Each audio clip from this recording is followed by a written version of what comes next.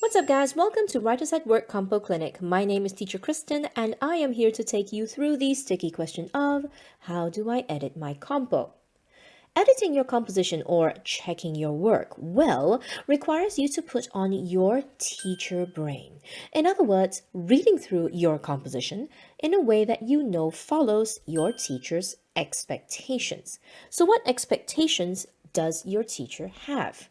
Well, first of all, you need to know that all marks in compositions are based upon rubrics. These rubrics are descriptions of what qualities a composition has.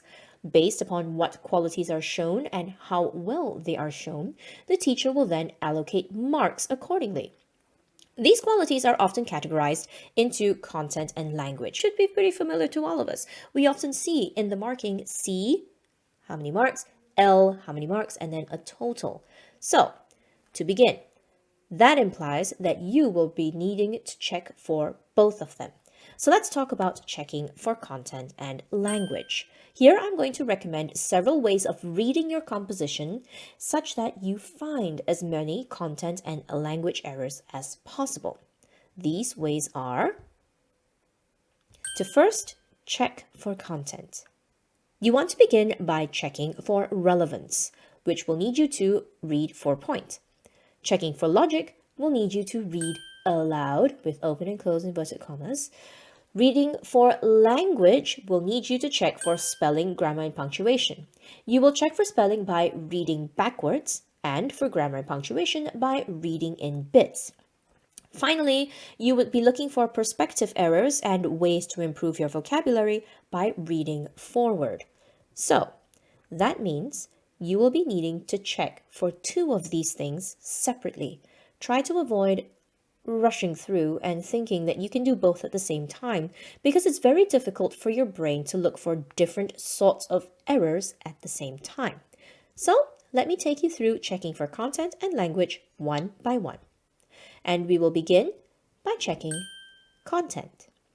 Content usually involves the stories and ideas presented within your composition. Thus, checking for content will need you to first and foremost read 4-point. This will help you spot relevance. Relevance means how well your composition answers the question that has been given by the teacher. So, as you're reading through a composition that you've just wrote, for example, the teacher has asked you to write 150 words about an inconsiderate act.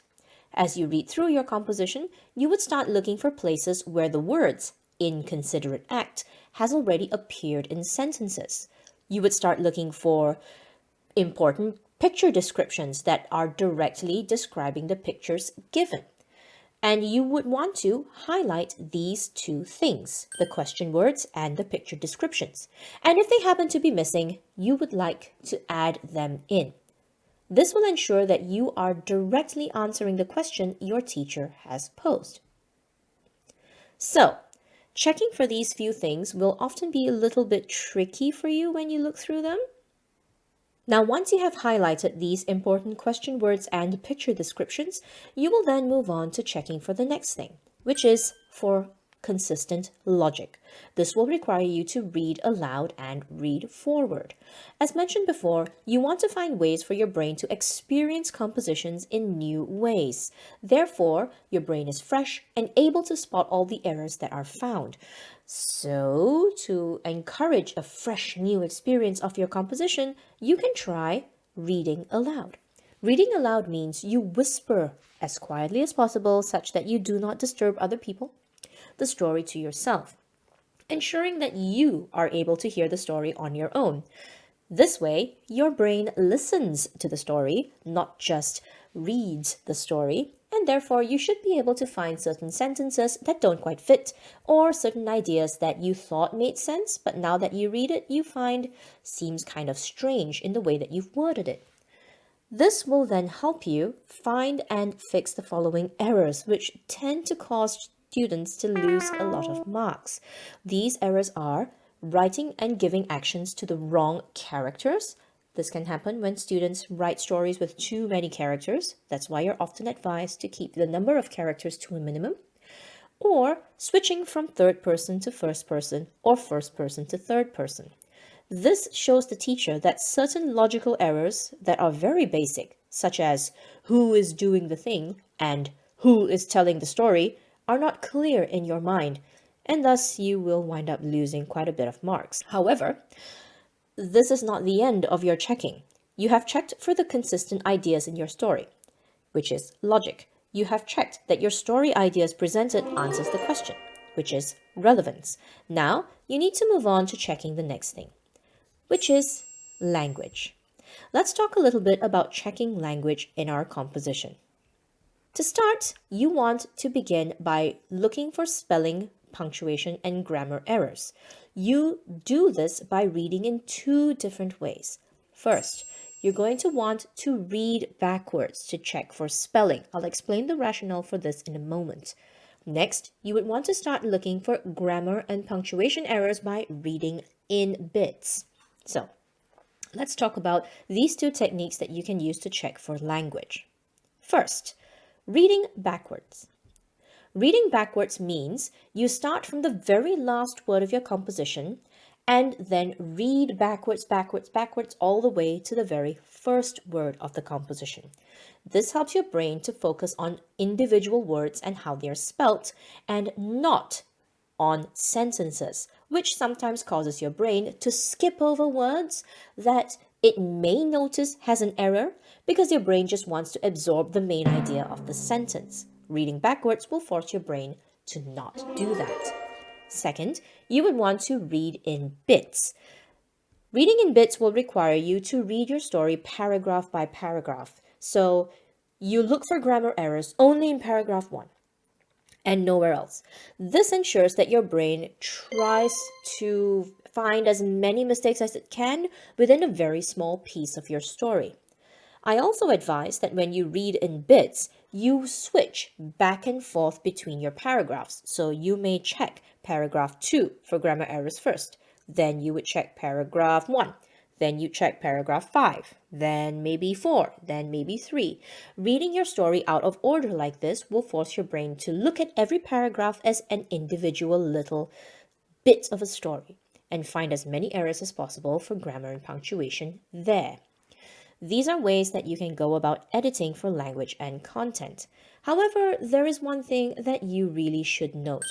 As you are doing all of these readings, please remember that editing is a habit. A habit means it is something that you train yourself to do. It doesn't come immediately, and most of the time, I'll have to tell you, students do tell me that they worry that it takes too long. And I get that. It does take too long. But then again, everything that you don't do often takes long. Everything that you practice winds up becoming faster. So my advice to you is that practice makes perfect. Always remember to set aside time for checking. So here are a few final tips I'll give you for checking your work. First, when you are checking, at the beginning, you want to make sure you set aside specific time, approximately about 10 minutes. And don't worry if this seems long in the beginning because it will eventually shorten down and become a lot quicker for you to do so. Thus, you'll need to set aside less time. Next, as you are going through the different sorts of reading, look out for 2 mistakes. Every single time you read your composition in a different way, looking out for different things, find 2 mistakes. 2, 2, 2. Always 2. If you wind up with a composition where you find 0 mistakes, well then, my friend, congratulations. You can be a teacher because you've written either an incredibly perfect composition or there are mistakes in there that you did not know were wrong. And thus, that shows you a gap in your learning. It then gives you an opportunity to learn that something you thought was correct was actually not correct, and now you can learn the right way. That's what mistakes should do. This is why we want to avoid careless errors, because careless errors are things that we know are wrong, but because we were careless, we didn't see it, and we just left it in there. This means at the end of your composition, you've written everything, you've gone through the different readings, and you feel like, okay, I'm done. I've checked everything. I can't find any more mistakes. Well, let me tell you, you're not really done. Check and check again. Give yourself small breaks in between because you do need a rest. You're pretty tired. But check and check again. just to make sure that you yourself know you've tried your very best and thus found all the errors that you possibly could to hand in the best quality of writing that you possibly can. And thus, you should be able to do your best for your composition writing. My name is Teacher Kristen, and I have been with you through your editing checking tips. I hope you found some of these useful. And thus, in the next round, I shall see you once again for Writers at Work Compo Clinic, where we go through more and different ways that we can improve our composition. Thank you, everyone. Bye.